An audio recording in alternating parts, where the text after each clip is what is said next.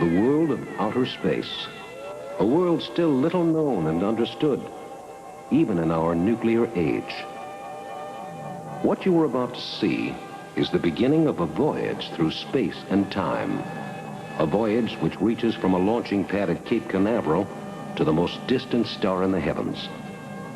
This is a world full of unexplained mysteries and visitations, a world of flying saucers and monsters from other worlds. It is a world of science, of fact, and fiction, a world of reality and incredible fantasy. After decades of research, man has finally conquered the moon, and Mariner, the unmanned space probe, has landed on Mars. But what about other space programs? Space programs that we know nothing about. By this, we do not mean any earthly space program.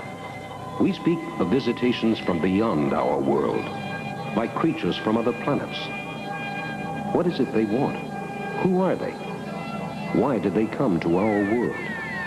What is the truth behind flying saucers? Do UFOs exist? Is there anything at all to stories of little green men? Or is it all hysteria, media hype?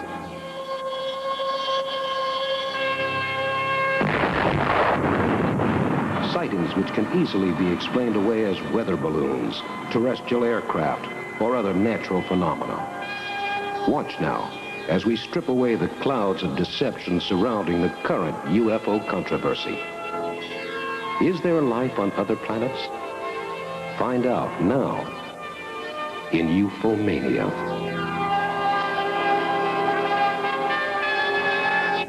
A photo like this raises a number of questions. It was taken January 16th, 1958 by a professional photographer. The witnesses all signed sworn affidavits. No agency has ever been able to uncover what really happened in the sky that January morning. Here we see the Corpus Christi UFO sighting, photographed on July 28, 1959. This is referred to as Library of Congress Archive Reference Number 341382. This sighting is included in Project Blue Book, the recently discontinued Air Force study of flying saucers and extraterrestrial phenomena. It was seen by two men, one with an 8mm movie camera, and this astonishing footage is the result. The film was submitted to the Air Force, to the Pentagon, and to various offices of the United States government. After detailed study and research, the Air Force released a statement to the effect that they could not explain what this object was, or where it had come from, or how it propelled itself. You will undoubtedly notice the trail of the conventional jet seen above the UFO. This jet established visual contact with the UFO and chased it for some miles. However, the object continually eluded the pursuing plane. Except for this filmed record, there was no other photographic evidence, since the pilot did not have a camera.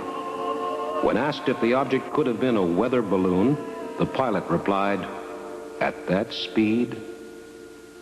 In military parlance, the phrase unidentified flying object, or UFO, is used to indicate any airborne phenomenon that fails or refuses to identify itself to or be identified by trained observers or reliable witnesses on the ground or in the air using visual or radar methods of observation. The term UFO is somewhat misleading. It seems to imply that the unknown phenomena cited is a solid material object, but many are not. The more dramatic phrase, flying saucer, is similarly misleading, because not all unknowns are saucer-shaped. Some, like the Corpus Christi sighting, appear as simple white dots in the sky, moving in irregular patterns, hovering, or sometimes simply standing still for long periods of time. However, since no one has been able to come up with a more accurate short term, the phrase sticks with us.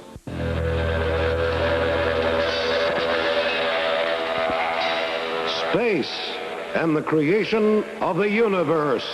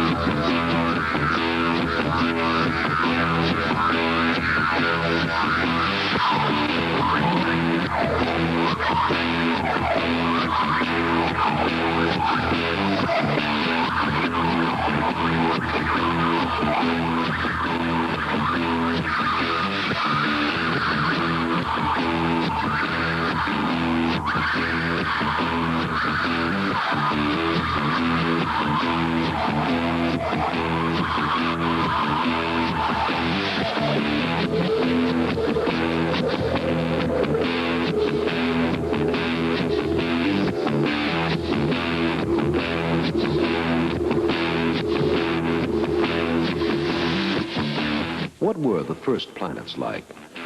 How were the stars and galaxies formed? Is there a world far from our own where life is developing much like life on Earth? In observatories around the world, scientists keep watch. What do they see? Their sensitive instruments see what we cannot. All the colors of the spectrum, all the wavelengths of the universe. What the human eye cannot see, the electronic eye can.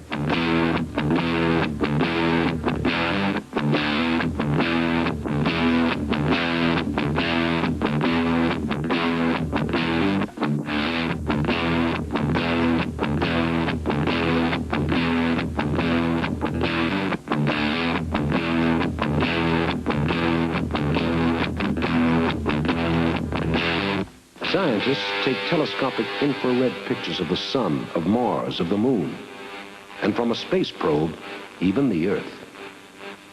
These thermal maps of the planets aid in spotting warming and cooling trends in climate, in detecting underground streams of moisture, and may assist scientists in their search for life on other worlds.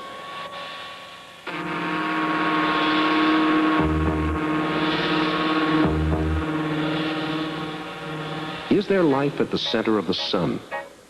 The notion seems ridiculous, but we cannot be sure. Traditional theories have it that the sun is a ball of combustible gases with a nearly molten core. But suppose that the sun has a solid, cool core, and it is only the outer surface, which is a gaseous mass, fueled by some secret tunnels from a source of propulsion near the center of the planet. Could not UFOs, if they could channel such an enormous source of power, live at the center of the sun and venture forth to explore the Earth? Although there is no basis in fact for this theory, the notions and beliefs that UFOs may come from the sun persist.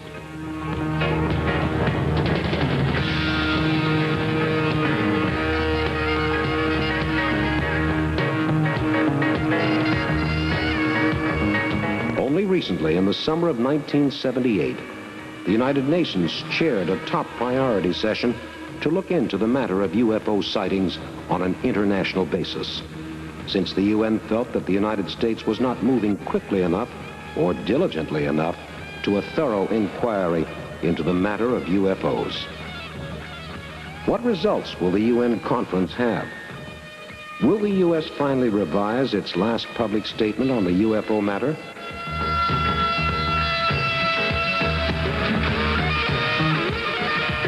Air Force investigators and scientists working for the government and the military have been able to explain away many of the sightings, more than 80%, as some sort of natural phenomena, misreported or observed under deceptive conditions. Some UFO sightings, however, the ones we are exploring here, have never been explained. UFOs have been known to hover, change direction, come from the left and then zoom back to the right. They are also known to maneuver with a speed and grace completely unknown to our aircraft, seemingly impossible for something which is not steered by an intelligent life force. Are these UFOs, then, actually the ships which brought visitors from a faraway planet? What will happen when and if we have our first close encounter?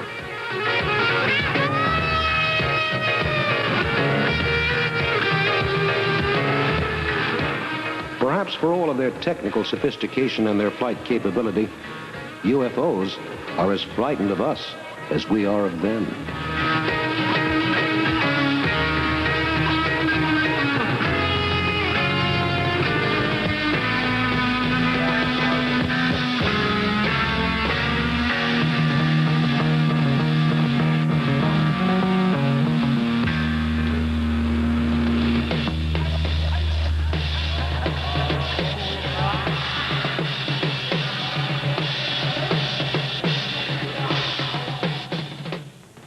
UFO was seen over New York on the 28th of July, 1952, by 3 members of an organization interested in UFOs. One of the observers snapped this photo while the object reportedly remained immobile in front of them. This picture was taken on an Air Force base on September 19, 1957, to introduce the public to a then new type of jet. Look in the upper right corner, and you will see what this frame blow-up reveals. A UFO sighting which greatly embarrassed the Air Force. This is obviously not some freak weather phenomenon, but a solid object.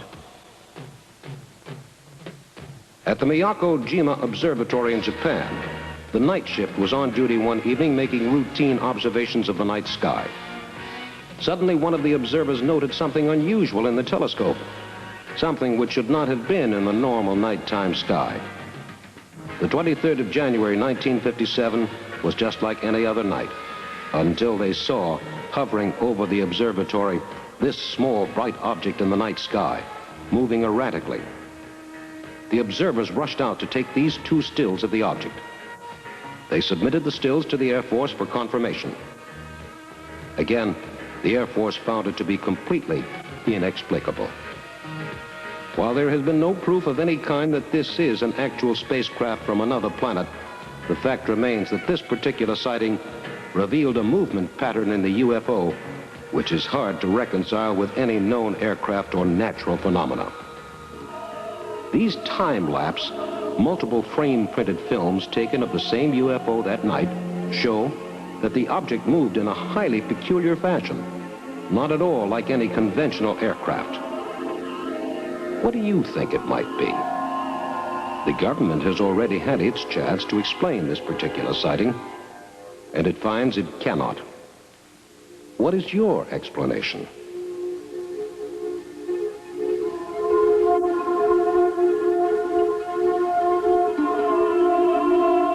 The responsibility for evaluation of UFO reports rests primarily with the U.S. Air Force. Since the first UFO sightings in 1947, the Chief Investigative Air Force Group has been located at Wright-Patterson Field in Dayton, Ohio. It was known first as Project Sign, then as Project Grudge, then Project Blue Book, and finally, the Aerial Phenomena Group of the Aerospace Technical Intelligence Center, usually known as ATIC. This is archive reference number 341-3457 from Project Blue Book of the U.S. Air Force. First, we show you the original film, directly as it came from the camera of an eyewitness to this sighting of a flock of UFOs flying in a cluster. Now we show you a frame blow-up of the same footage. This footage was submitted for review to the Air Force, as are most UFO sightings, and again the Air Force, after lengthy deliberation, reluctantly decided that it could not ascertain with any accuracy what the UFOs might be. At this time, the Condon report was published with a few frame blow-ups from the Tremonton film. The Condon report, which came out in the early 50s, was supposed to be the last word on UFOs as far as the Air Force and official Washington were concerned. Time has proven the Condon report to be anything but final. Proven reports of UFOs, or with documentation which has withstood the most detailed scrutiny, continue to mount. These 5 glowing discs seen in the Tremonton film, moving in a flight pattern in excess of 3,000 miles per hour, according to detailed frame analysis of the film, have defied any explanation as natural phenomena, which the Air Force has attempted to offer. Observers say that the discs gave off a slight humming sound, and that their flight pattern was consistent from right to left. The discs stopped momentarily and hovered from time to time, but generally they kept moving in a highly erratic manner. UFO number 2447N12502OE, a UFO which buzzed the photographer trying to take pictures of it from his car. The man reported that it made no sound, hovered over his head for a few moments, and then vanished. These next 2 shots show the famous Lubbock lights, photographed on August 30th, 1951, over Lubbock, Texas. These 2 shots were made by a high school boy with a Brownie camera. He was one of a crowd of more than 250 people who watched the shapes in the sky form a triangular flight. The Air Force tried to tell the people of Lubbock that what they had seen were merely unmoored weather balloons. The townspeople of Lubbock know better. Here is a soybean field seen from the air. What was it that did this? Did a UFO land here? The area of the burn formed a near-perfect disc shape. No explanation has ever been advanced for the phenomena.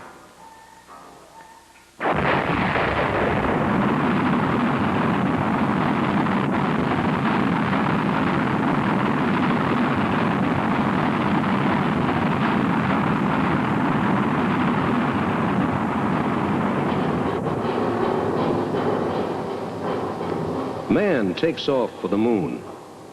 With this astounding voyage into the reaches of interstellar space, mankind came a giant step closer to the understanding of our position in the universe. For the first time, man looked down from the moon to the Earth, instead of looking up at the moon from the Earth. For the first time, man could get some idea of what he would have to do in order to conquer space. The desolate landscape of the moon offered a forbidding welcome to the first space travelers. First, man sent probes to pave the way for later manned explorations. Such unmanned probes will pave the way for the exploration of Mars at a later date, probably by the mid-80s. In his voyage through space, man will have to be guided by the movements of the planets, the stars, and the navigational charts, which his amazingly accurate remote control instruments and space probes send back to him.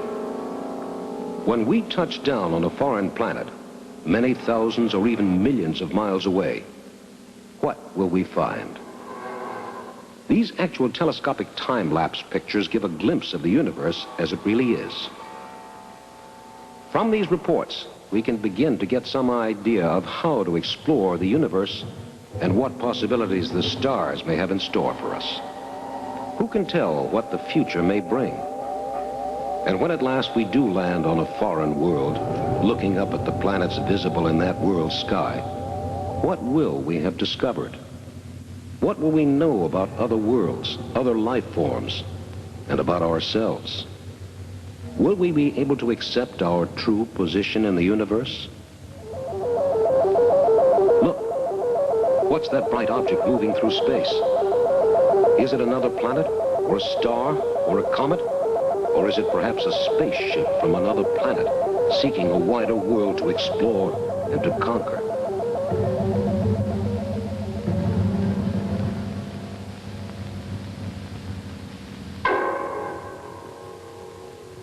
Navigation is made possible by the alignment of the planets and by accurately charting their positions throughout the course of the year. Once man finds the actual positions of the planets, he can chart his way at least through our own solar system. Our space probes send us back information about the solar system. It adds to the rapidly increasing fund of knowledge we already have. The design of the solar system, with planets rotating about the sun, is known to every schoolboy and girl. But the subtleties of the arrangement, the precise distances and speeds of planets, the gravity, the cycles of movement, they are all still being researched. And our own solar system is expanding daily. Only recently, Pluto was discovered to have a new moon, which no one thought had existed before. Every day we learn something which we did not know. Maps. Maps of the universe, maps of the moon and the planets. These are the tools with which we will find our way through the universe. Observational satellites take thousands of pictures, which scientists back on Earth piece together for a composite map of the planets. And they are fantastically accurate. Already the moon has been mapped, and the space probes continue their constant search for life on other worlds.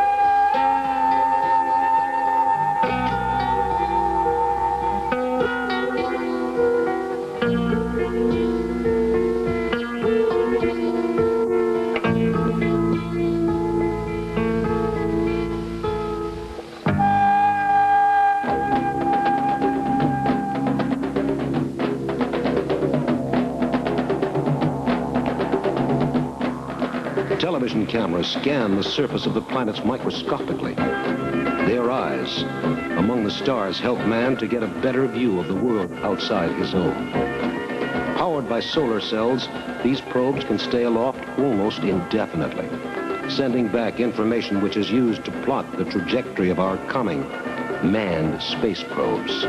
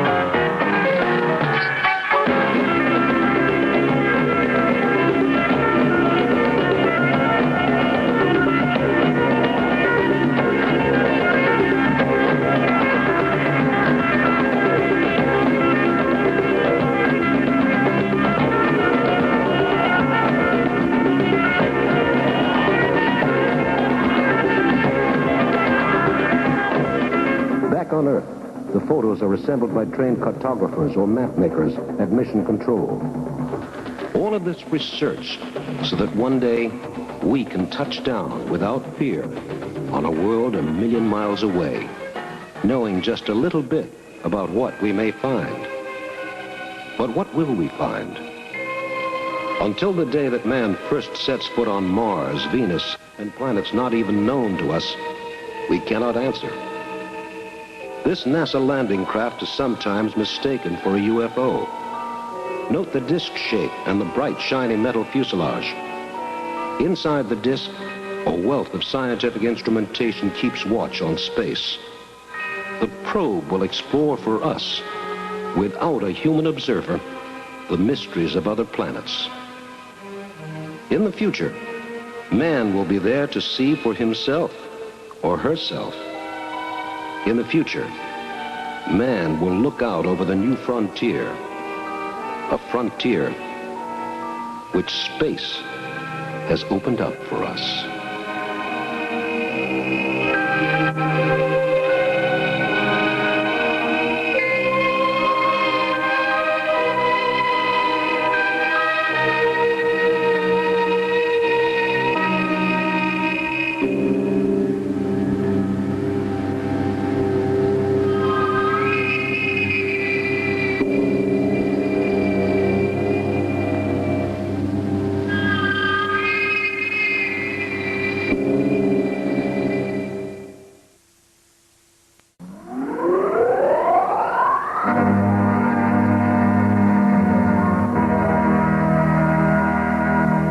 This simple pattern of lines and dots represents the way in which the solar system itself is organized.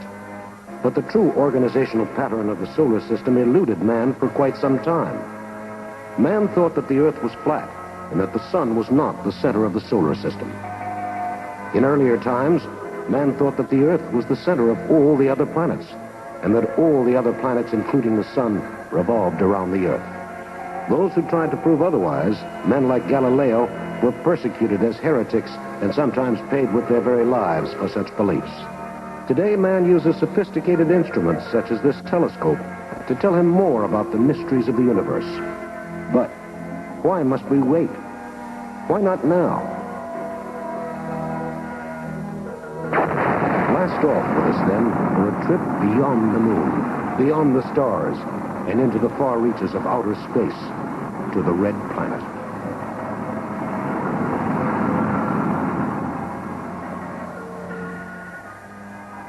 We are drifting beyond the Earth. Soon we will leave it completely behind. We are alone now, alone in space, endless, dark space.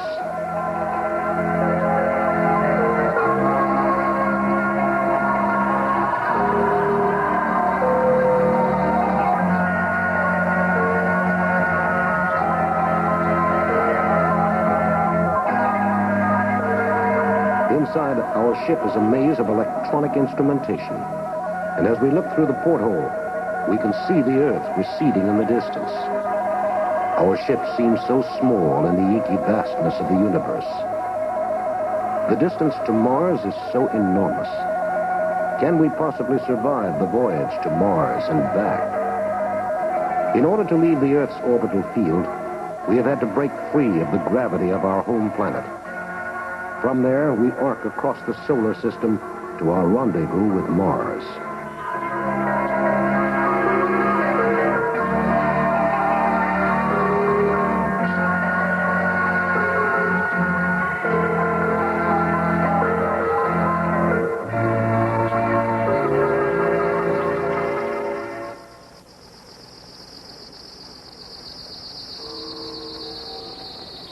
As you can see from this diagram, just a slight miscalculation would send us spinning off into the vastness of space, to be lost forever among the stars.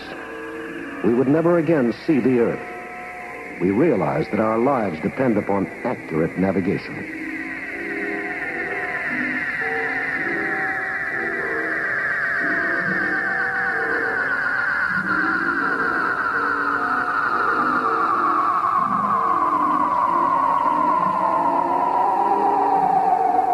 In this overhead view of the solar system, we see that each planet has its own roughly circular orbit, and that each planet keeps its orbit because of the pull of gravity from the sun. Were this solar gravitational pull removed, our home planet would go spinning off into the black void of space, to certain doom and destruction.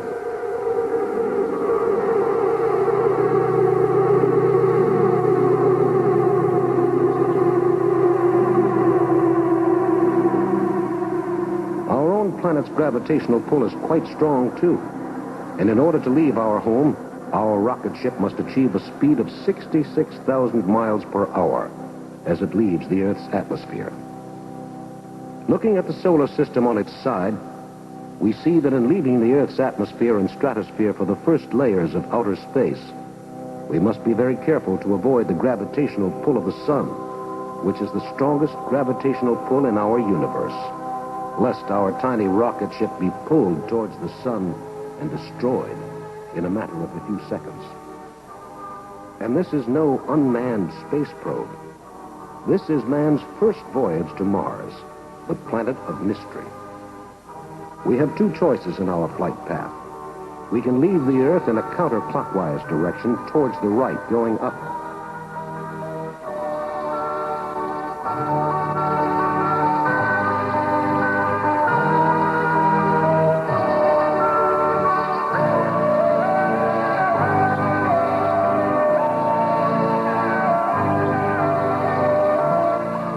Or in a counterclockwise direction going down towards the left. Either way, we must escape our Earth's gravitational pull and align ourselves with the orbit of our objective, Mars.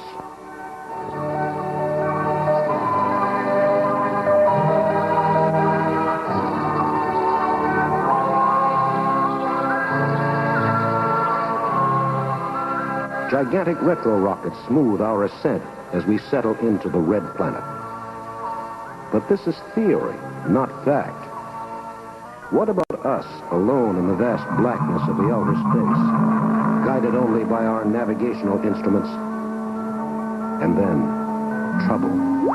Our retro rockets have failed to fire. We are unable to make our course correction. We are alone here, with no one to help us. We will have to either correct our malfunction or die. Feverishly, the crew attempts to cut in alternate backup rockets. Will we be able to save ourselves from destruction in space? Finally, at last, the rockets are functioning. The warm glow of our rocket engines is the only light except for the stars. Then, with our course correction completed, we shut down the rockets in order to conserve as much fuel as we can for our final descent. In the meantime, we will check our instruments to make sure that everything is functioning properly.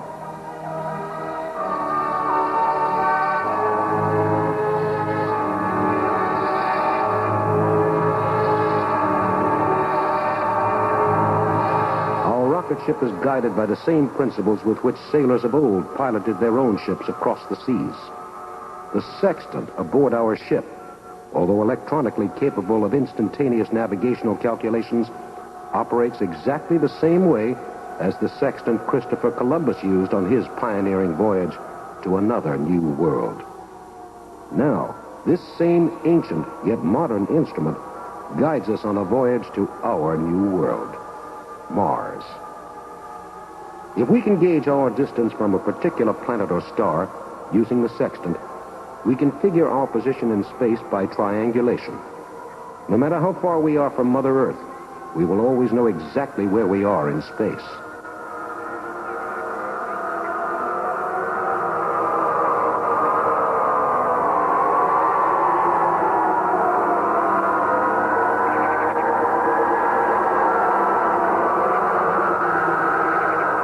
The process by which we derive our exact flight path in space is a complicated one, relying on conic separation of space and choosing any one of many possible flight paths as our flight path to Mars.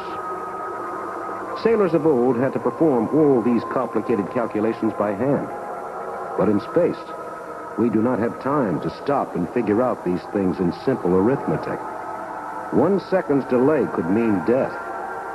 Therefore, we rely on the ship's computer.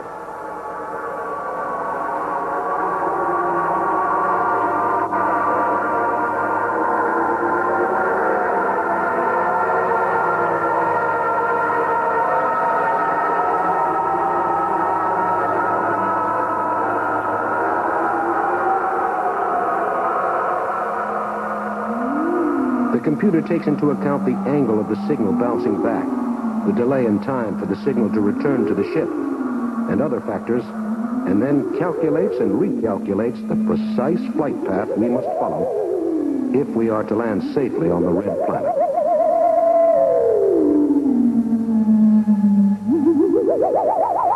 The readout screen with its constantly changing numeric instructions is what tells us that the computer is functioning properly and that we are on course.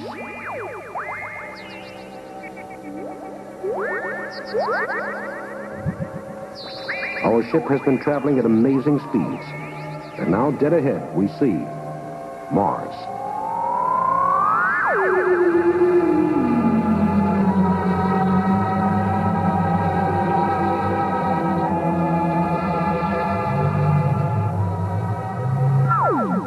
Is there life on Mars?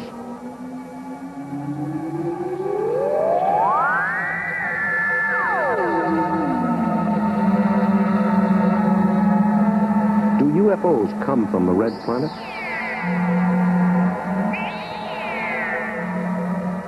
Perhaps someday, when this fictional voyage of ours becomes a reality, we will know the answer for certain. Trinidad Island UFO again, seen here hovering in the center top of your screen, a bit to the left, has taken January 16th, 1958.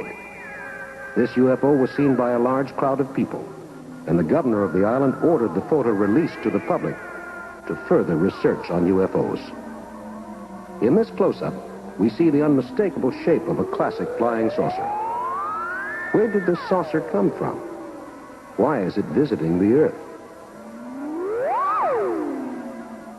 This UFO was photographed May 11th, 1950. Several other photos exist from this sighting, which we will show you later. The Air Force again could offer no explanation, and they can find no trace of photographic tampering with the picture. This next UFO, archive reference number RG341, PBB 691 Blue Book, was seen in the sky one evening over the Great Plains area of the United States and submitted to the Air Force, the Pentagon, and the Joint Chiefs for photo analysis. This was done, and again, no trace of trickery or any logical explanation could be found. It joins the ever-growing ranks of the sighting of UFOs in this country.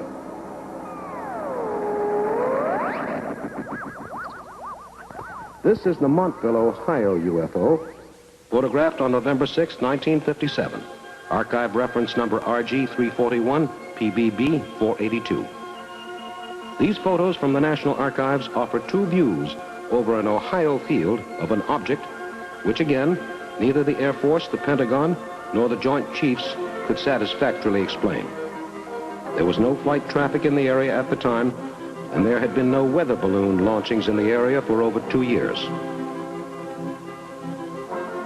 This next UFO, archive reference number 341 PBB 460, was taken in the Midwest in 1965. Submitted to the government, they added this photo as well to their growing collection of unexplained aerial phenomena. This rock fell to Earth January 1949, and since then, no one has been able to explain either the origin or the composition of the rock.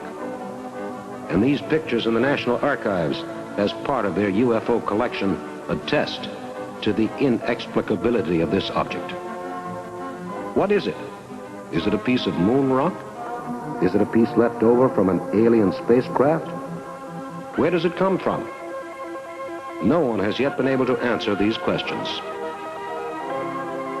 This UFO, photographed in the Arizona desert in September 1959, part of the National Archives, number RG341 PBB 473 Blue Book, is seen here in 3 views to give the object added contrast.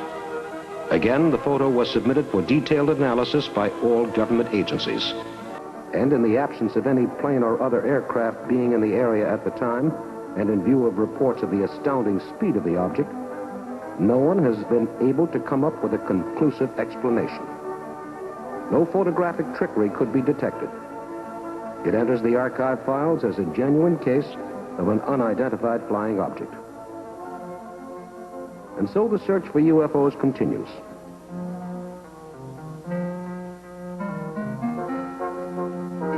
Recent sightings have taken place in the summer of 1978 in New York, where a store owner looked up one evening and saw 2 flashing UFOs over a store, humming and giving off enormous amounts of light.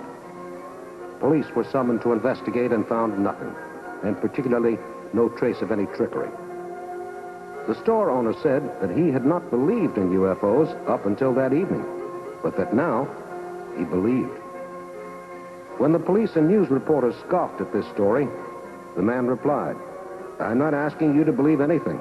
All I know is what I saw, and you can do what you like." Is this the voice of an unreliable witness, a crackpot? Judge for yourself. And as man learns more about the universe around him and extends his research into deepest space, plotting courses for his navigational instruments and space probes to follow, questions become important.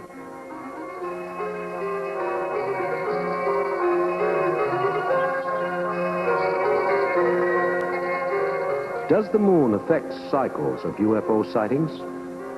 Is there any correlation between the phases of the moon and UFO activity? Our probes searching the universe for new information may provide us with the answers. The surface of the moon was the first planet area to be charted and made visible to the inquiring eyes of man. By taking a series of photographs during pictorial surveys of the planet, we can learn more about that part of the moon, the dark side, than was ever possible before. What is on the dark side of the moon? One side of the moon always faces away from us. Why? Our probes send back pictures and other information which gives us a better idea of that part of our closest neighbor, which before we could never see.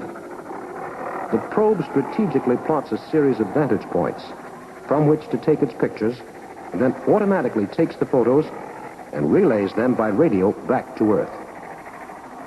In much the same way, then, as scientists plot the surface of the moon, they can plot the geography and cartography of Mercury during the time it is closest to the Earth.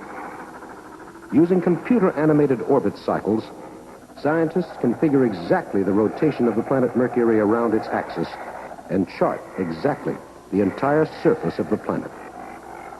It is unlikely, however, that man will ever venture on Mercury, as the surface is so inhospitable to human life that extremely complicated precautions would have to be taken to prevent both the rocket ship and its occupants from vaporizing in the intense heat.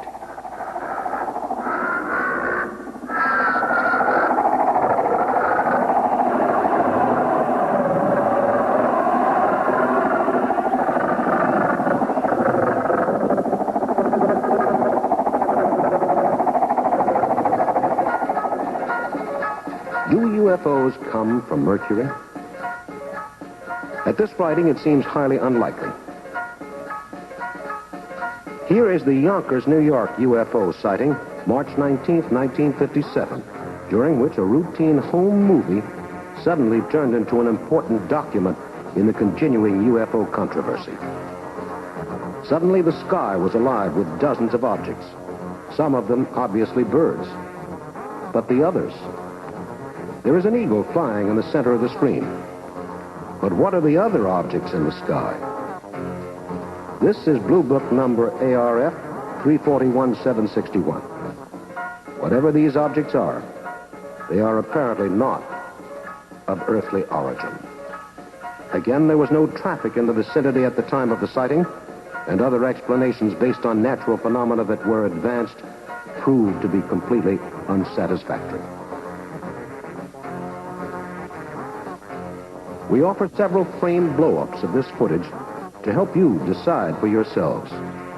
Again, this footage was submitted to all government agencies, together with affidavits and eyewitness reports describing the sound of the UFOs as terrific. And again, the film was quietly filed away with no official explanation.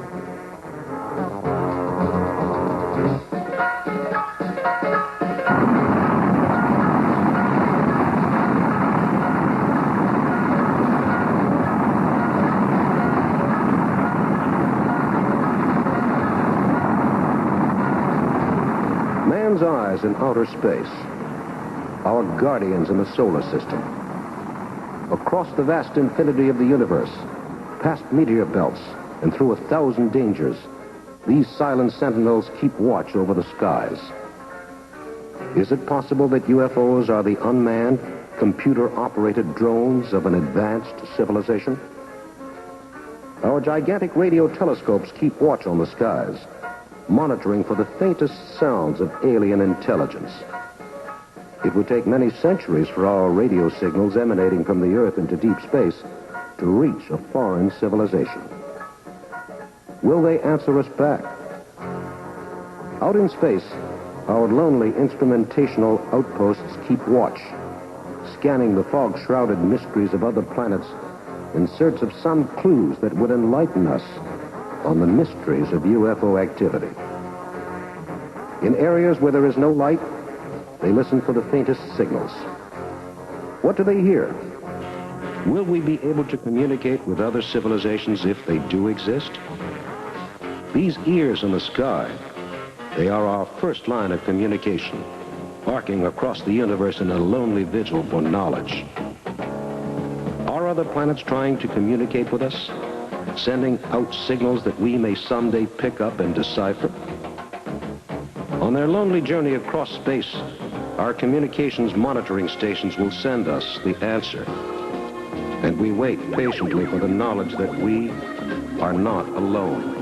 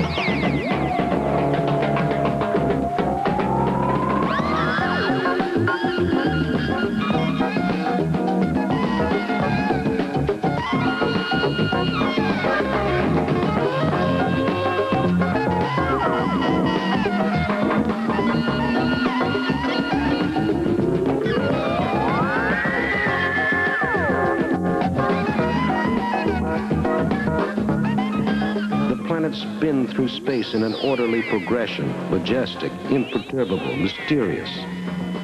What mysteries do they hold? What secrets can they unlock for us when we know more about them? What is out there beyond the planets, beyond our solar system, beyond the universe, the ever-expanding universe as we know it? Luminous bodies floating through space. They have not yet told us their whole story, a story which we are only now beginning to unfold and understand.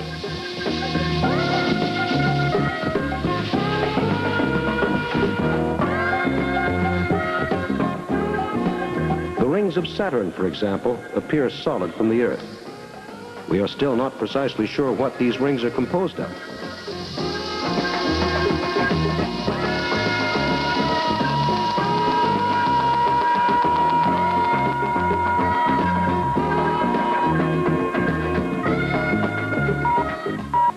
It is probable that the rings are meteor belts containing hundreds of thousands of small planetoids orbiting in a gigantic luminous cluster around the home planet. If we are still uncertain about something as mundane as the rings of Saturn, then what are we sure of?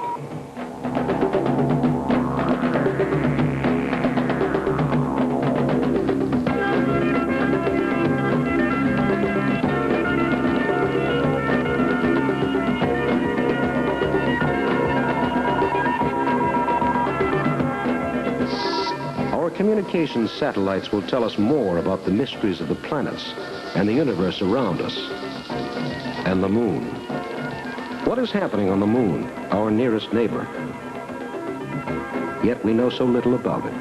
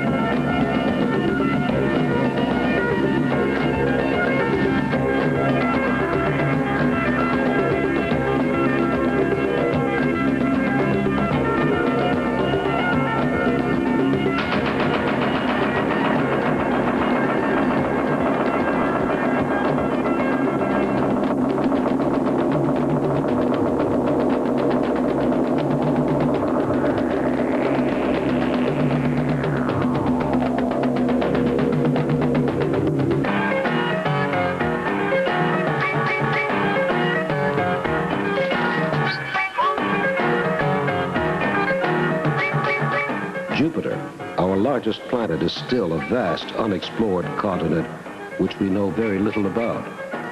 Jupiter, with a gravity strong enough to crush any man or woman who sets foot on it.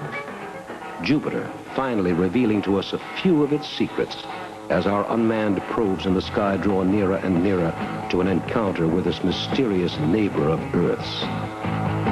What is the mysterious red spot on Jupiter? Noted in the computer diagram you see here.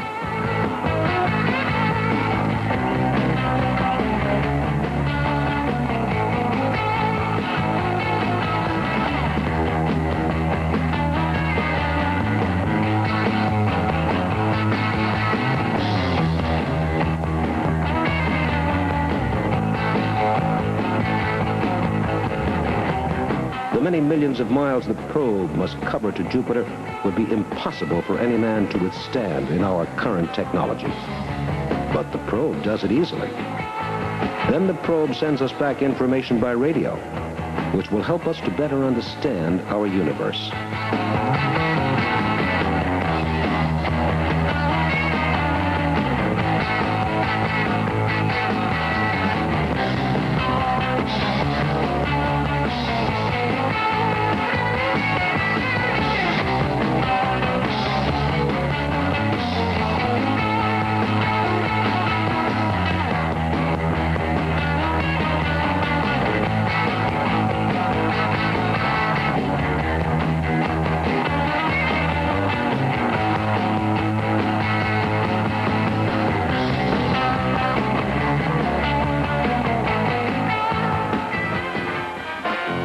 This red beam shows the path that the radio beams would travel on their voyage back to Earth.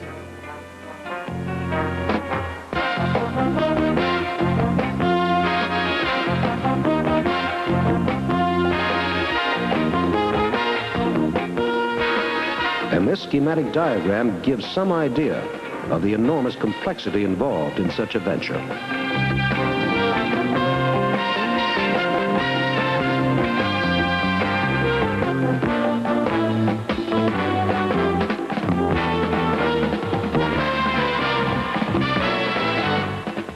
Space, waiting to be explored, unlocked, and mined for the information it can give us.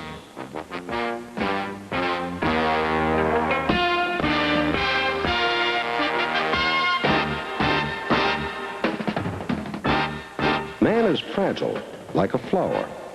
And though our galaxy seems endless, it is really just a small part of the continually expanding universe.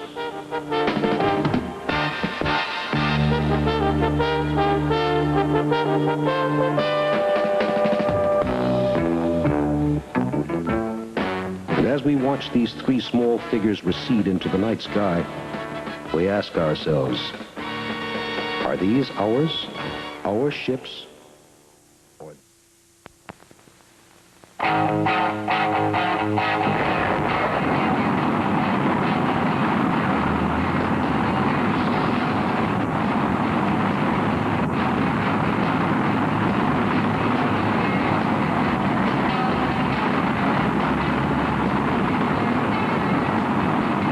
How will man travel to other planets? What sort of ship will he use? Will he use a conventional rocket or something more sophisticated, something yet to be designed?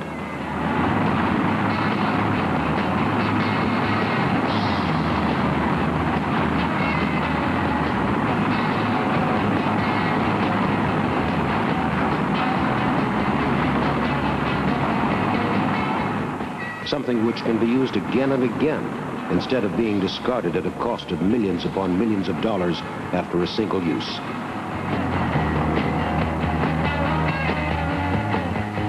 The space shuttle, undergoing final preparations here at Cape Canaveral, is one answer our government offers to the ongoing question of UFO technology.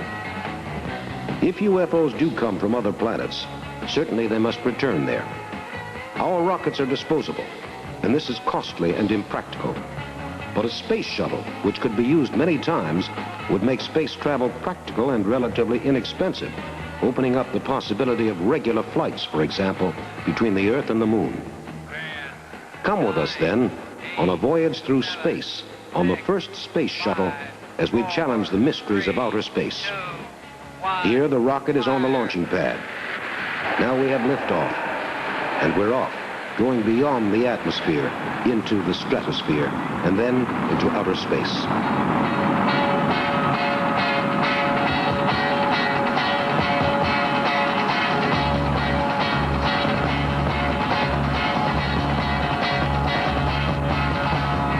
The first stage boosters fall away as we continue onwards into space.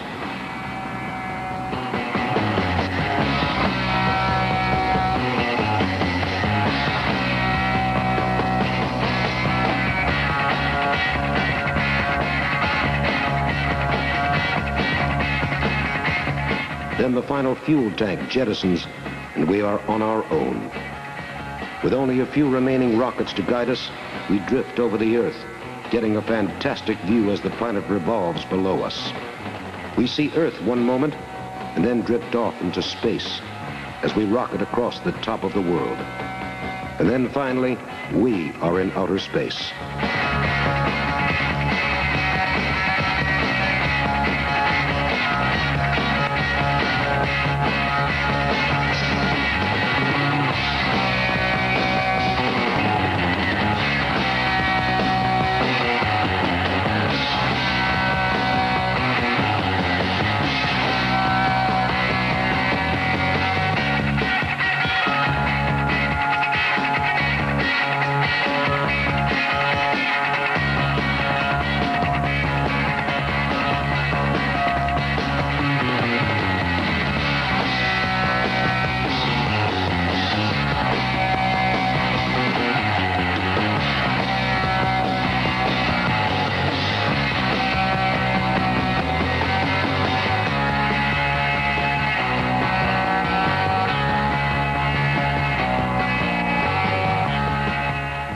The doors of the shuttle open up.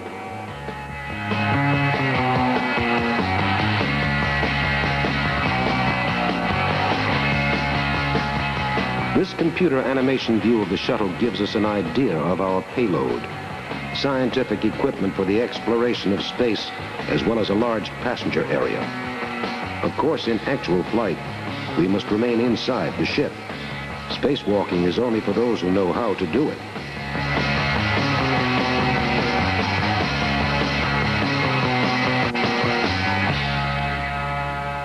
The ship is capable of great maneuverability in space and can change direction and correct its course at the touch of a button.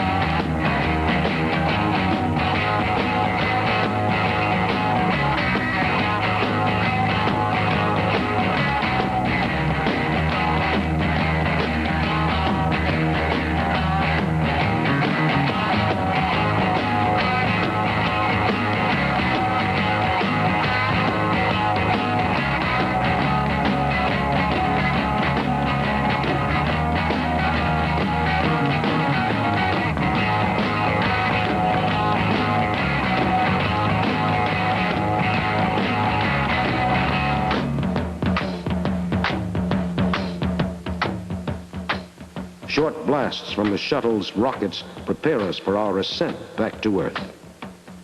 This has been only a trial run, with no planet as our objective.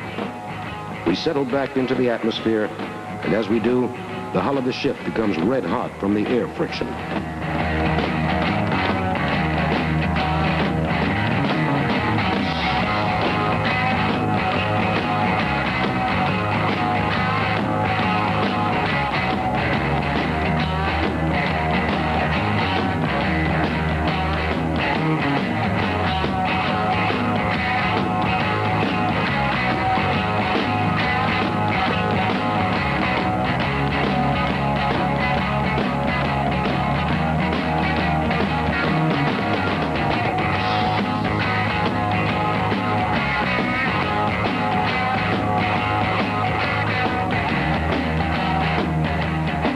Soon we are back among the clouds of Earth.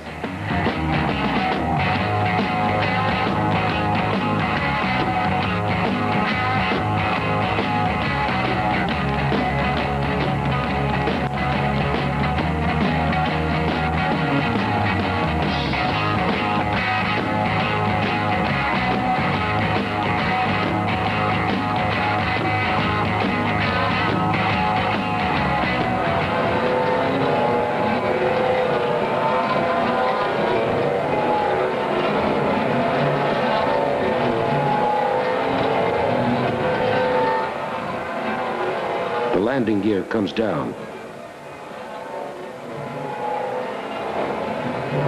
That's it ahead, the runway. We are approaching the Earth at terrific speed.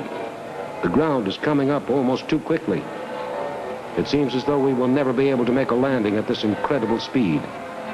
Easy now, easy.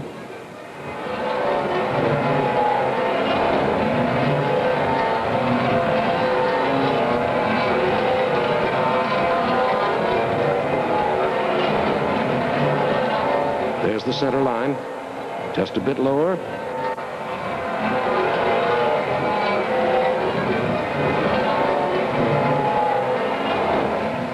And touchdown. If the space shuttle is adopted, it may someday be possible for us to travel to distant planets as easily as we now travel across the country.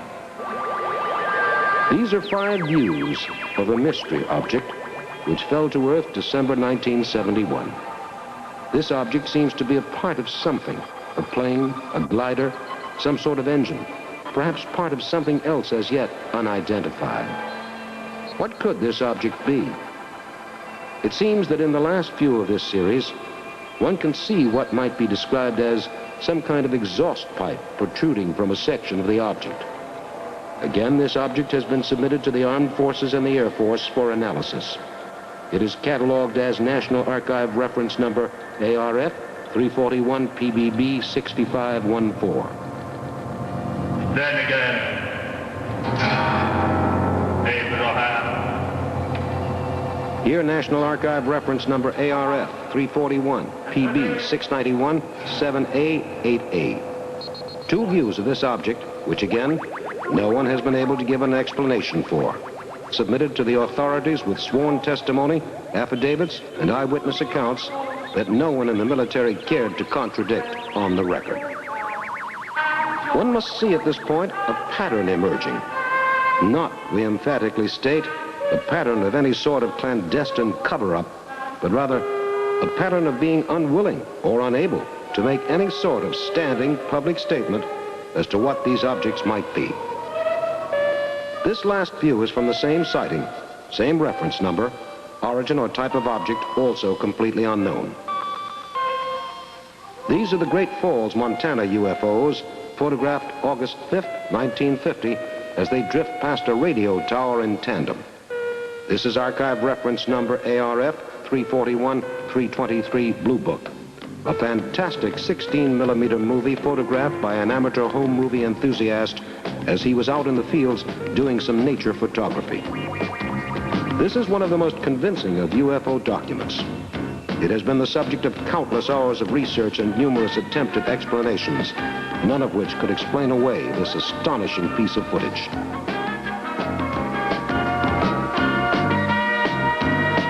This again is the Tremonton film, a better blow-up of it.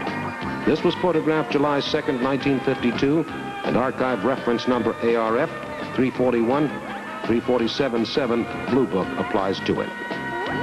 Here the UFOs move in a cluster formation of larger numbers, shifting off into other patterns from the basic hook pattern, which has dominated so many UFO reports. Again, this sighting was accompanied by eyewitness reports and sworn testimony. A note should also be made here that the government has more than 20 hours of actual sound recordings of UFOs in the National Archives in Washington, D.C. But they seem difficult to get hold of for some reason we could not discover. Here is another amazing piece of motion picture film photographed in Champaign, Illinois on June 7th, 1960. This is archive reference number 341-554.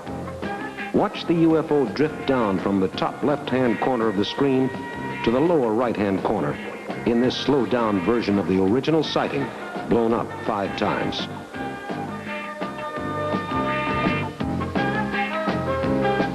Here is the same footage in original format, again slowed down, with the UFO starting at the top left-hand corner and going again into the lower right-hand corner. As with most UFO sightings, this was photographed completely accidentally. No one saw a UFO, and no one ran away to get a camera. This footage was shot by a man making a documentary for the local government.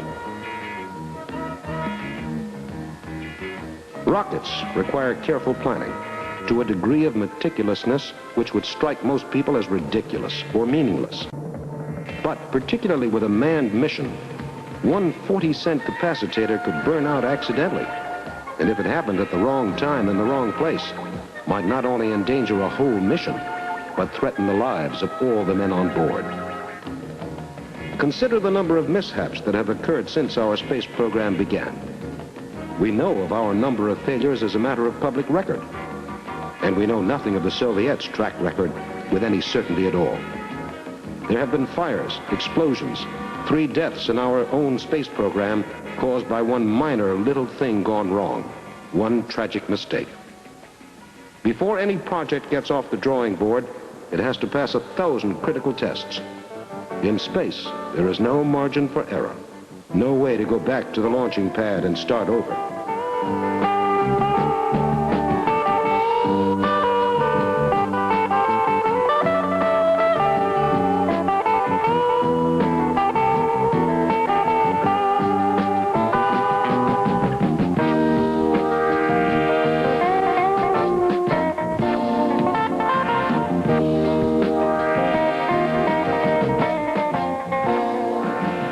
When your backup tanks fall away, you are locked into space for the duration of your flight.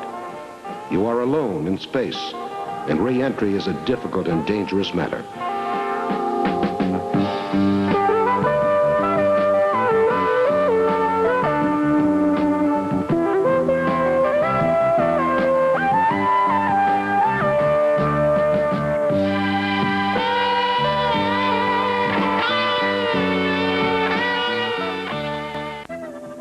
Eventually, man may be capable of construction in space on a large scale. Major repairs will be made easily, and perhaps rocket ships and space stations will even learn to repair themselves, as in this scene, through the careful supervision of a highly sophisticated onboard computer. But it will be some time before any of this is practical, considering man's technological development. And then, too, things can sometimes just drift away, and not even a computer can do anything about it.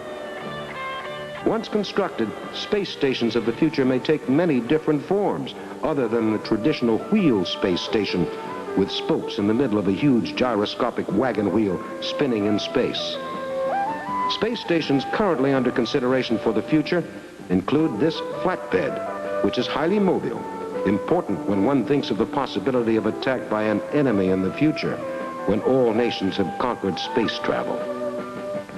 On this flatbed station, people could live on board for weeks, months, perhaps even years, though it would get a bit cramped on a voyage of such long duration. In addition to the flatbed, there is this spindle space station. But even though these types are both highly mobile, they still move rather slowly in comparison with the distances the universe has to offer. The nearest star is beyond the reach of one lifetime with conventional technology. And one sees that certainly space travel requires an entirely different kind of powering system, with some fuel and combustion process that we don't understand how to exploit yet. Perhaps another civilization, more advanced, has already found this fuel of the future and is using it to visit us here on Earth.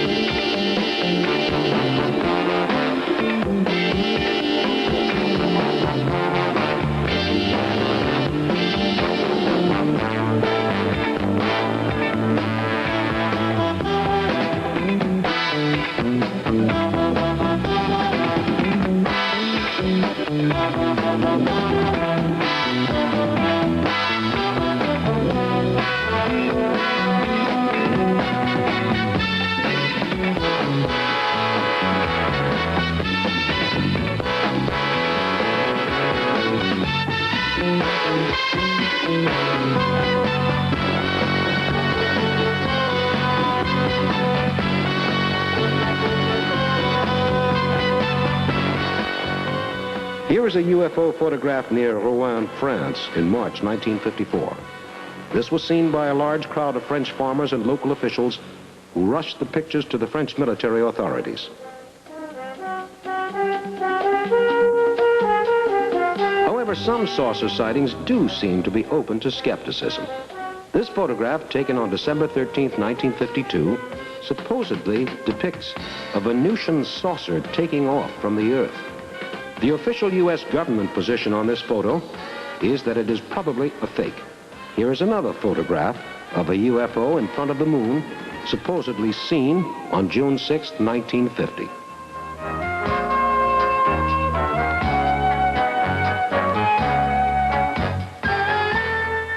Here is a final photograph, photographed supposedly on December 13, 1952.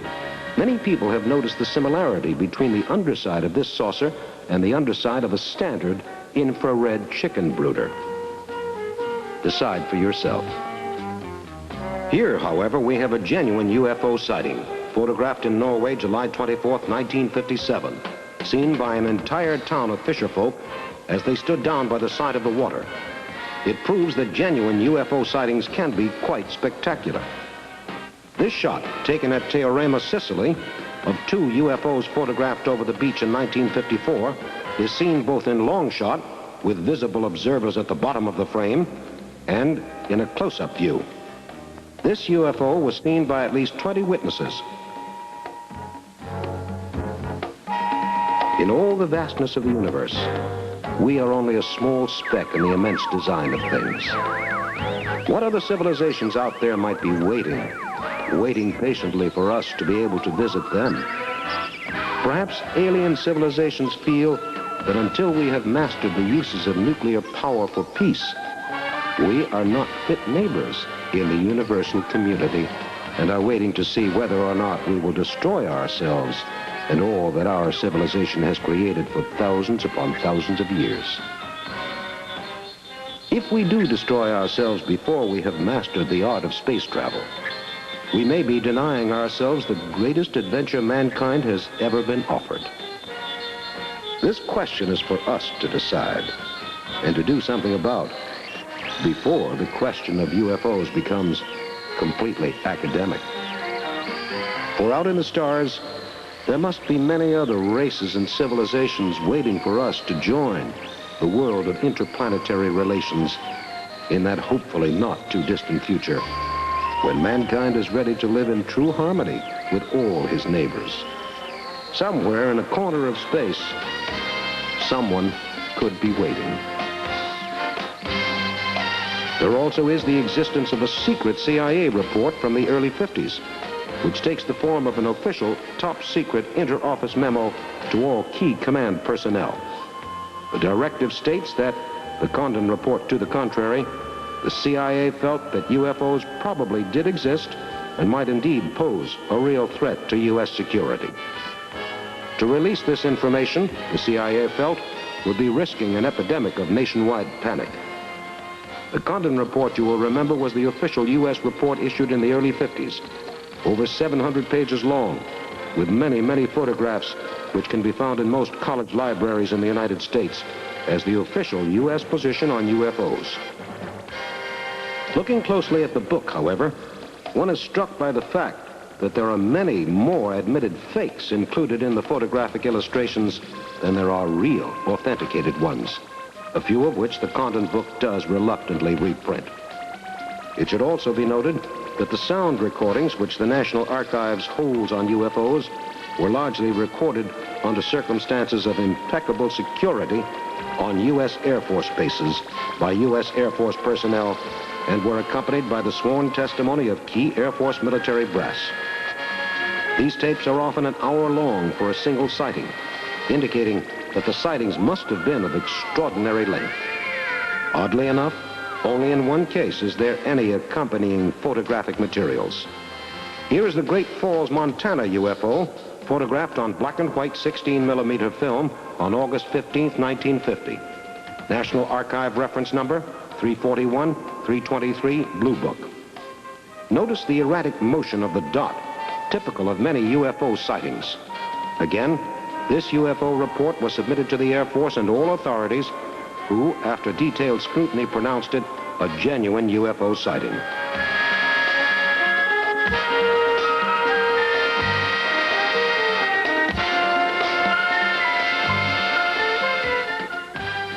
We show you this film in blow-up to enable you to get a close view of the object.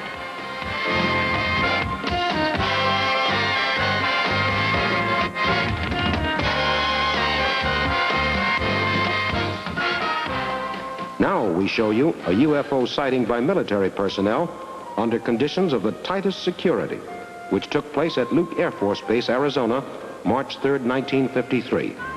This is National Archive reference number 341, 382, Blue Book.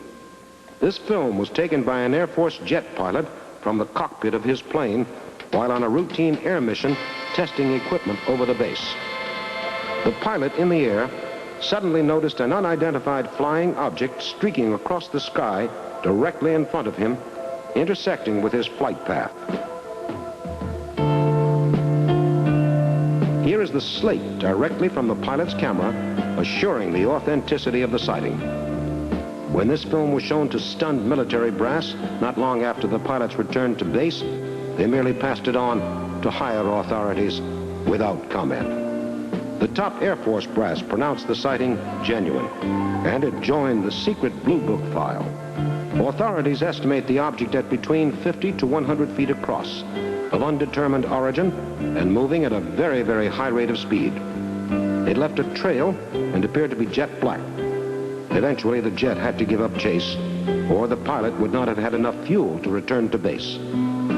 Subsequent analysis of these films has only deepened the mystery. In this sequence, We offer motion picture footage shot in Osceola, Wisconsin on July 29, 1952, with a camera whose magazine unfortunately seems to have jammed. Despite this flaw in the recording, the film offers a clear view of a disc-like object moving from right to left across the center of the screen, which we show here first in the original footage and then in slowed-down, blown-up format.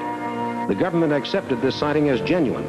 This is National Archive reference number 341-357 Blue Book. The saucer moves directly towards the camera, momentarily obscuring the camera lens almost entirely. Then the object moves away towards the left, leaving the classic shadow of a UFO. Now, you have seen a great number of eyewitness sightings. Each of these sightings comes with credentials which back it up, even in the eyes of the United States government, a government which has gone on record as saying that there are no such things as UFOs, and then assembles a secret Project Blue Book file, which it only recently and partially declassified. The CIA believes in UFOs, according to that interoffice memo we mentioned earlier. Do you believe in UFOs? If not, what do you believe in?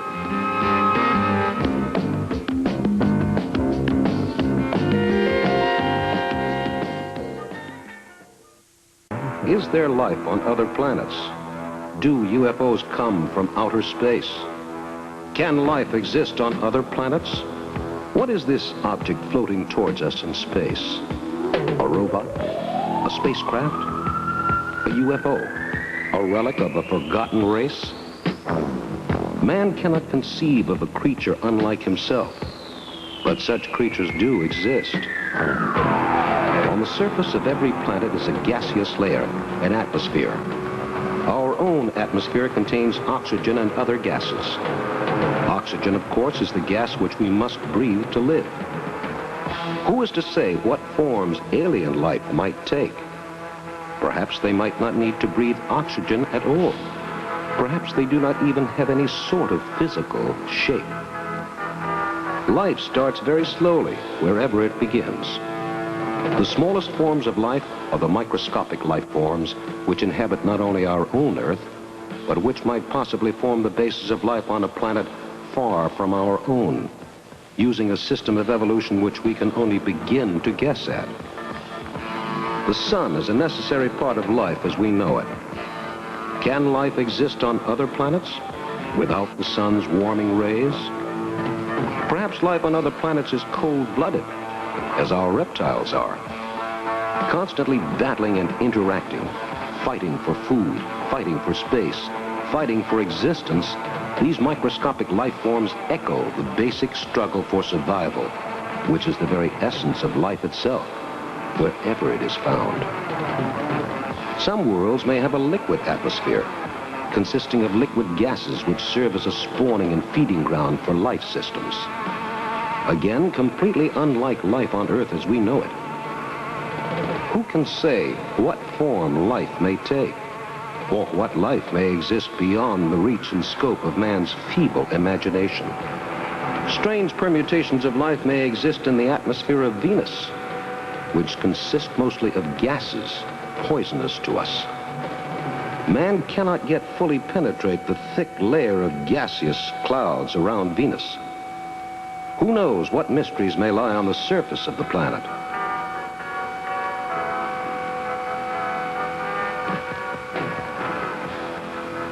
Here we see two extremely primitive life forms exchanging food.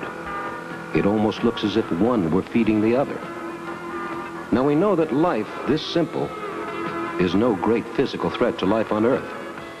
But what of a plague from outer space? H.G. Wells in War of the Worlds explored this theory in reverse when invading Martians were killed off by common cold germs during the Martians' war with Earth. Could it be that some small, insignificant germ on a distant planet might bring an end to life on Earth? It could happen. And so scientists are struggling to make certain that all space probes which return from a voyage in outer space are fully sterilized to prevent the possibility of Earth's being contaminated by an alien virus. Life on other planets does not have to be animal. Crystal formations such as these can rapidly spread and could possibly contain intelligence if born in a life system different from our own. Space is a place of 1,000 different visions and possibilities. It is not too much to wonder if plant life or life of a crystalline nature might exist on some planet, of which we do not even know the existence. In the vast reaches of the endless universe, all things are possible. And as crystalline life forces interact, who knows what hybrids might result, and with what capabilities? Although animal life seems far more likely, we must not rule out the possibility of creatures in other forms, other shapes, and even in no form at all. A gas or a mind force. Really, scientific knowledge extends only so far as our own backyard. We have a limited appreciation of our own origins, where man came from, when life began. It would be presumptuous of mankind to assume that he is alone in the universe, or that life can exist only as he knows it. Smaller life forms transmute into more complex ones. Where will it end? Where will it stop? What will be the final outcome? Is there an alien intelligence right now, far beyond our own development in science and in culture? And if so, how does this intelligence regard us? As a friend, or as a potential source of slave labor? If alien civilizations can reach the Earth, it follows that their technology must be millions of years ahead of ours, in a far superior state of development compared to man's first beginning steps on the threshold of the stars. A simple drop of dew on a plant seems so ordinary, so simple. Could it not be that our Earth is as a drop of dew to creatures from another planet? Could it be that our own world is just a small part of the larger design of the domain of a foreign intelligence? These small creatures swim about in the vast ocean, not knowing what surrounds them or what their ultimate aim might be. Are we not much like these small animals, uncertain as to our future and our destiny? The cycle of life goes on, and man's existence is only a small part of it. We exist in a corner of a universe so vast that we cannot even comprehend the boundaries which we must inevitably explore and understand if we are to coexist peacefully in the universe. What actually is going on out there in the cold, inky, vast blackness of interstellar space? What beings, what worlds lie in the skies beyond the small distance our eyes can see, even with the best of instruments? What mysterious forces control the cycles of the planets?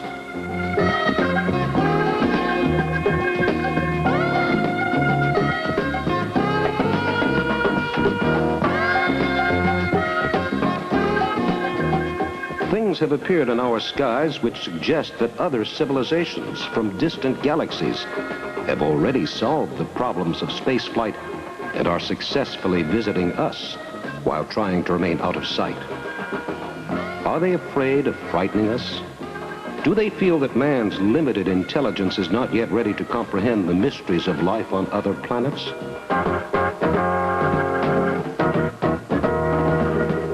In Salem, Massachusetts, July 16, 1952, the Coast Guard photographed these 4 UFOs and subsequently submitted them to the Air Force and Allied commands for analysis. The Air Force finally issued a statement that these were true, unidentified flying objects. This UFO was seen from an airplane while traveling at an altitude of 25,000 feet. This photo was submitted for verification to the Air Force, which can find no explanation for it, but is unwilling to come out and classify the object as a definite UFO sighting.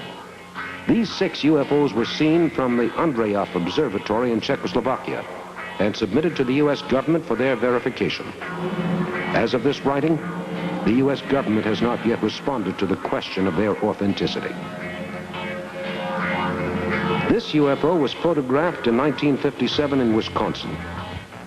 We present 2 views taken less than a minute apart of a silvery disc-like object floating above some pine trees.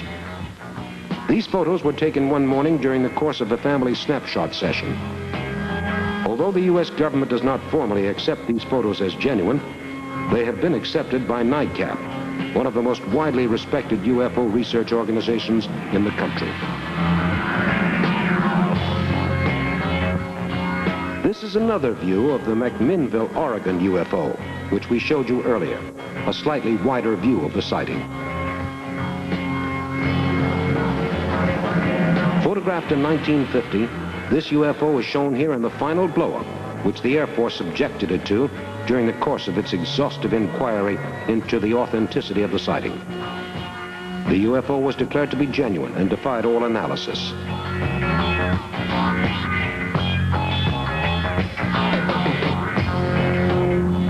This next UFO, photographed in Moline, Illinois in 1967, was submitted to the Air Force for their examination after it appeared in the sky before a crowd of over 50 people, all of whom gladly offered their sworn statements as testimony to the veracity of the sighting.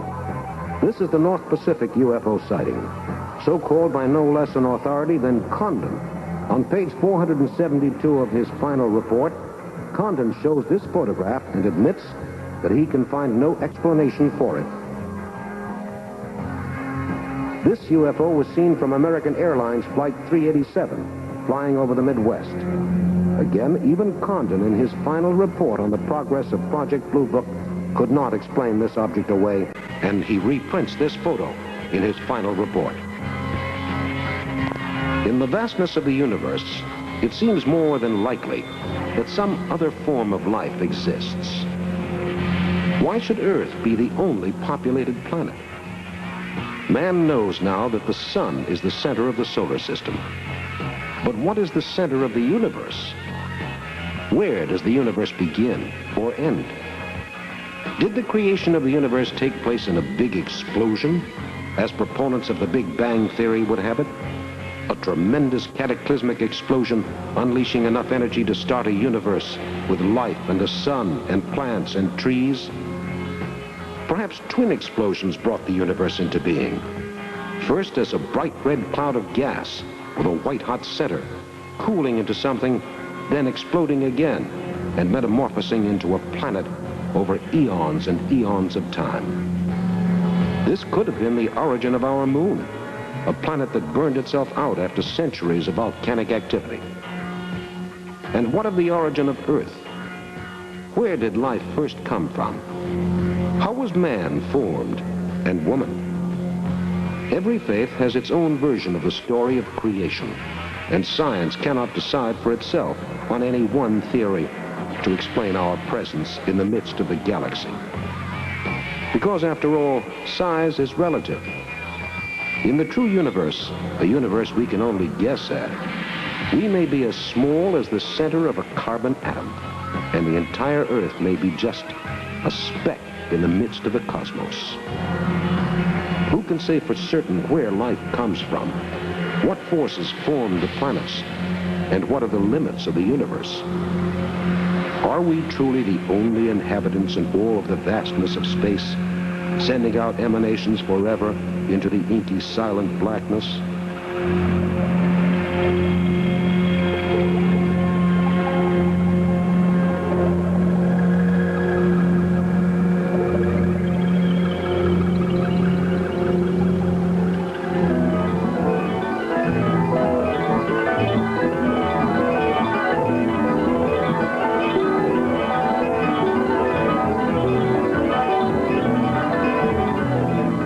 What of our neighbors? Will we find life on them? On the sun?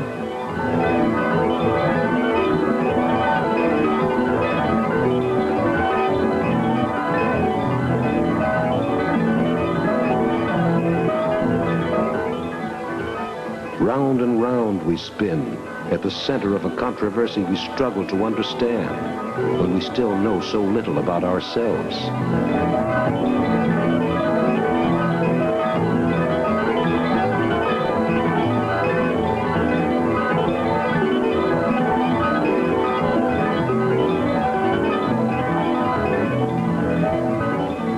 As the Earth moves through space, pushing its way through the solar system, we must wonder.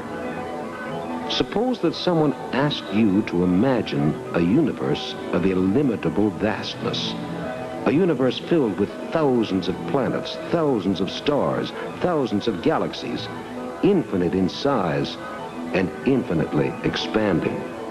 And suppose that person asked you to believe that in all that space, in all the vastness of this infinite universe, there was only one small pinprick at a corner of the universe where life existed. Would you believe him? Wouldn't it sound incredible to you? Perhaps someday our naivete will seem equally incredible to our children.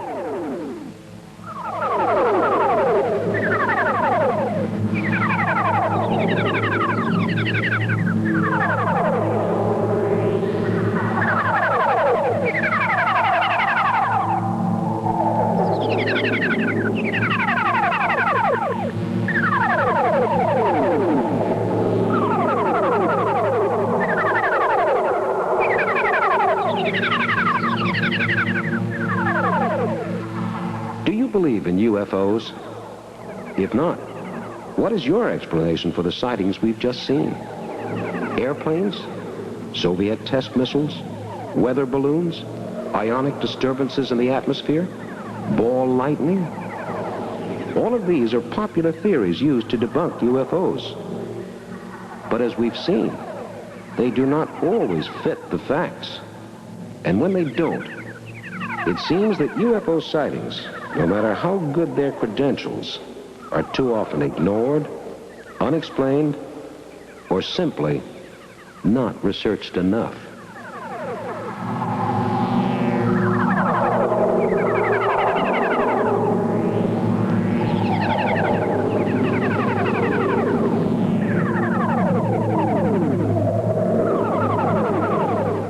We have saved the most astonishing documentation until last. This is the Santa Ana, California UFO, photographed on August 3rd, 1965. These three views taken by a highway inspector show the UFO hovering in front of his truck, seen through the windshield and side window of the truck's cab. Nightcap and the government both have subjected these photos to extensive analysis, along with sworn statements in the matter. This is one of the handful of photos which has been declared authentic by NICAP's photo advisor. No one has ever come forth with any proof or evidence of trickery, and indeed it appears that faking these photos was entirely beyond the capability of anyone but a professional photographer. NICAP estimates that these pictures show a UFO about 20 feet in diameter, hovering about 75 feet in front of the truck. The highway inspector has stuck to his story for more than 13 years. These photos remain some of the most convincing UFO stills in existence.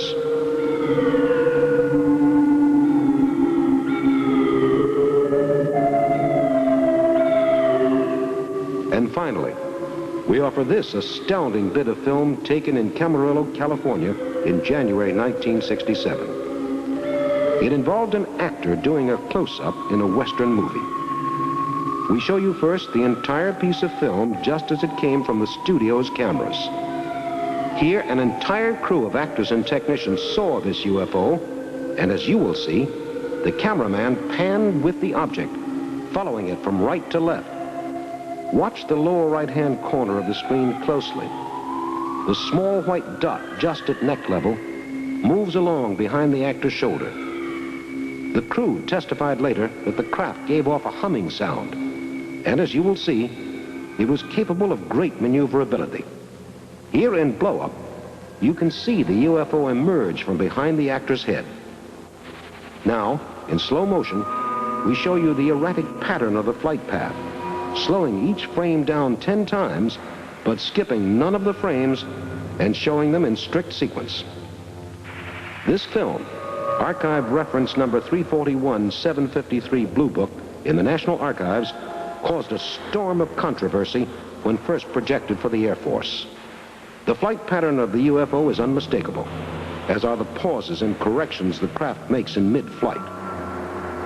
If this is not a UFO, what is it?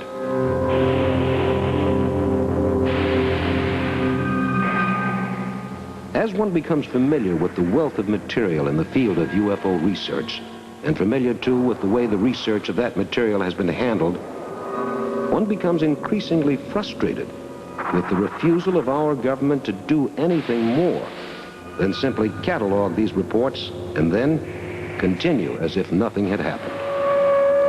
The enormous number of authenticated UFO reports increases daily, yet nothing concrete seems to be accomplished. The recent UFO committee sponsored by the UN may be an enormous step forward in UFO research, as it catalogs hundreds of new reports constantly arriving from every country in the civilized world. Until such time as UFOs are taken seriously and not confined to members of the lunatic fringe, the mystery surrounding them will continue to deepen. Do UFOs exist? Are there things in the sky which we cannot explain or understand? Our own government admits to the existence of UFOs. The CIA believes in UFOs. Do you believe in UFOs? Teng Mu was a Chinese philosopher. In the 13th century, he wrote, "Heaven and earth are large, yet in the whole of space they are but as a small grain of rice. It is as if the whole of empty space were a tree, and heaven and earth were one of its fruits. Empty space is like a kingdom, and heaven and earth no more than a single individual person in that kingdom. Upon one tree there are many fruits, and in one kingdom many people. How unreasonable it would be to suppose that besides the heaven and earth which we can see, there are no other heavens and no other earths." The question remains, is there life out there? Either there is or there isn't. And either prospect boggles the mind.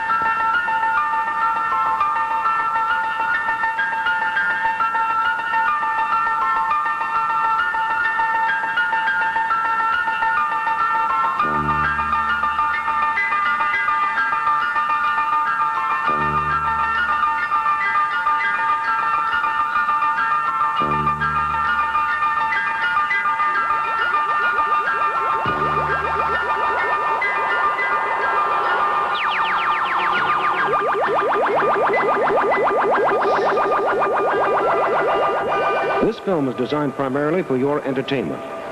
Although the producers have taken every possible precaution to ensure the accuracy of materials and other documentation used in this motion picture, the producers bear no responsibility of any kind for inaccuracies, irregularities, or other errors in the claims and cases discussed herein. The theories presented in this film with regard to UFOs or life on other planets are either those of eyewitnesses, researchers, or the producers, and no claim to other authenticity or validity of these theories is either made or implied. Affirmative. Telemetry in launch condition. Affirmative. Missile in internal DC. Affirmative. Pressurization complete. Affirmative.